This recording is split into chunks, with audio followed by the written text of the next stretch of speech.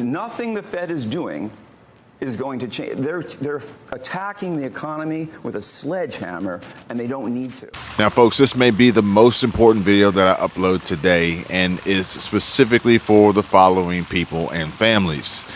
If you fall within the income and society class of middle class, or if you're an investor or would like to learn about how to become an investor and start making money in stocks, bonds, ETFs, and crypto on Wall Street, or if you're just retired, nearing retirement, a homeowner, business owner, landlord, or tenant, even millennials and young adults need to hear this message because it is very important, and what the Fed is doing will shape the future of our economy for generations to come. Now, ignore these warning signs and you may very well not survive this financial crisis shitstorm that is brewing. Billionaire investors warning that the global economy will crumble if the Fed doesn't stop hiking interest rates. And billionaire investor Ray Dalio no longer thinks cash is trash and now says the Fed has hiked interest rates enough for now. And warnings are everywhere.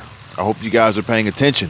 MarketWatch says forget everything you think you know about the relationship between interest rates and the stock market. Take the notion that higher interest rates are bad for the stock market, which is almost universally believed on Wall Street. And they said if you're selling stocks because the Fed is hiking interest rates, you may be suffering from inflation illusion. More on inflation in the stock market in just a minute. So there's some extremely rich old white guy who just happens to be a billionaire, Barry Sternlicht, and the chief executive officer, CEO, and chairman of property investor Starwood Capital Group. He's jumped aboard the bandwagon of people calling on the Federal Reserve to ease off its aggressive interest rate hikes before something somewhere breaks. Sternlicht said that the Fed should pause to assess how its interest rate hikes are impacting the economy and not be so much focused on just inflation.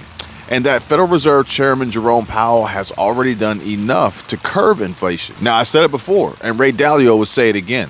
Ray Dalio no longer believes that cash is trash in light of tighter monetary policy. He's warmed up to the greenback due to higher interest rates and the Fed shrinking its balance sheet. However, Dalio is still only neutral on the dollar, likely because of stubborn inflation. The billionaire investor has changed his mind and says at existing interest rates and with the Fed shrinking the balance sheet, it is now about neutral.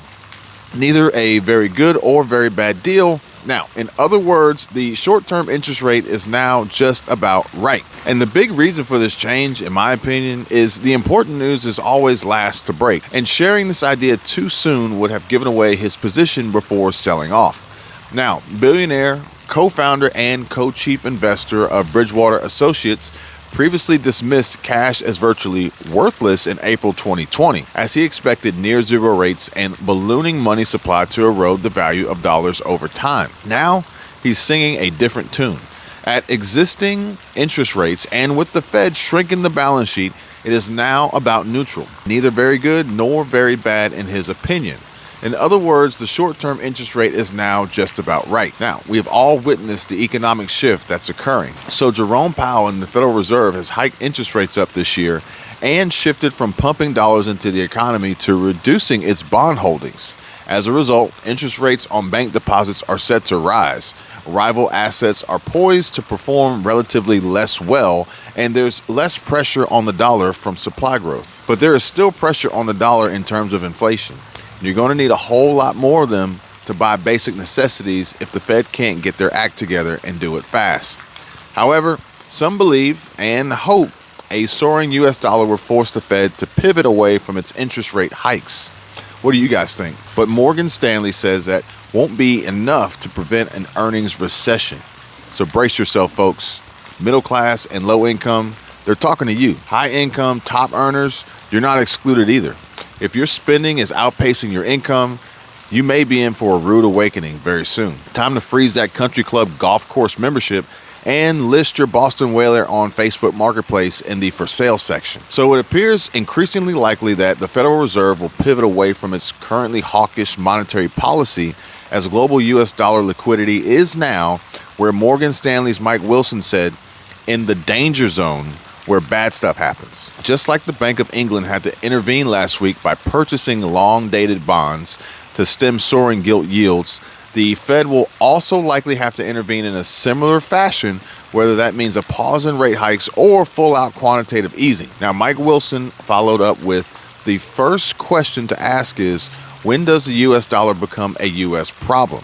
And nobody really knows that for sure, but more price action of the kind we've been experiencing will eventually get the Fed to back off, in his opinion. But heed the warnings that Mike Wilson is insisting that investors shouldn't put too much stock into a potential pivot by the Fed, because an earnings recession is imminent, and potential stock market downside from a sizable earnings decline would likely outweigh the potential upside from a Fed pivot. So according to Mike Wilson, the earnings decline will be driven by several macro risks that companies have been forced to navigate in recent months, including China's C-19 pandemic lockdowns, a surging U.S. dollar, higher interest rates, and weakness in Europe's economy. Now, Mike Wilson also said that we suspect the uncertainty that these factors foster will lead to both guidance pulls and lowered guidance, both headwinds for forward earnings estimates. And the expected decline in earnings expectations could be big. And he said that the bottom line is, in the absence of a Fed pivot, stocks are likely headed lower. So a Fed pivot, or the anticipation of one, can lead to a sharp rally, especially because we are so oversold. So just keep in mind that the light at the end of the tunnel you might see, if that happens, is actually the freight train of the oncoming earnings recession that the Fed cannot stop at this point. And an earnings recession spells doom for employees.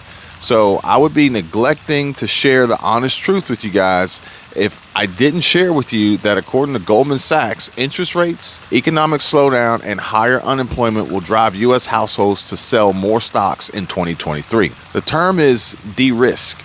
And so according to Goldman Sachs strategists, U.S. households have been the largest buyers of stocks since 2020 and are now expected to sell more equities in 2023 due to slowing growth in the economy and rising unemployment. The big picture is this. The macro backdrop will drive households to sell $100 billion in U.S. equities next year, and families should prepare based on past experiences where historically slowing growth and rising unemployment have coincided with households selling off equities. For more on what to expect from the future of the U.S. economy and how you can prepare to survive this mess and come out the other side thriving and with wealth and not more debt. This will be the fifth rate rise this year. It's the steepest increase in rates in history, certainly since Volcker.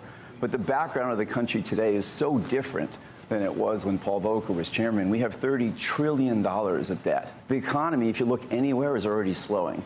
I mean, consumer confidence is terrible.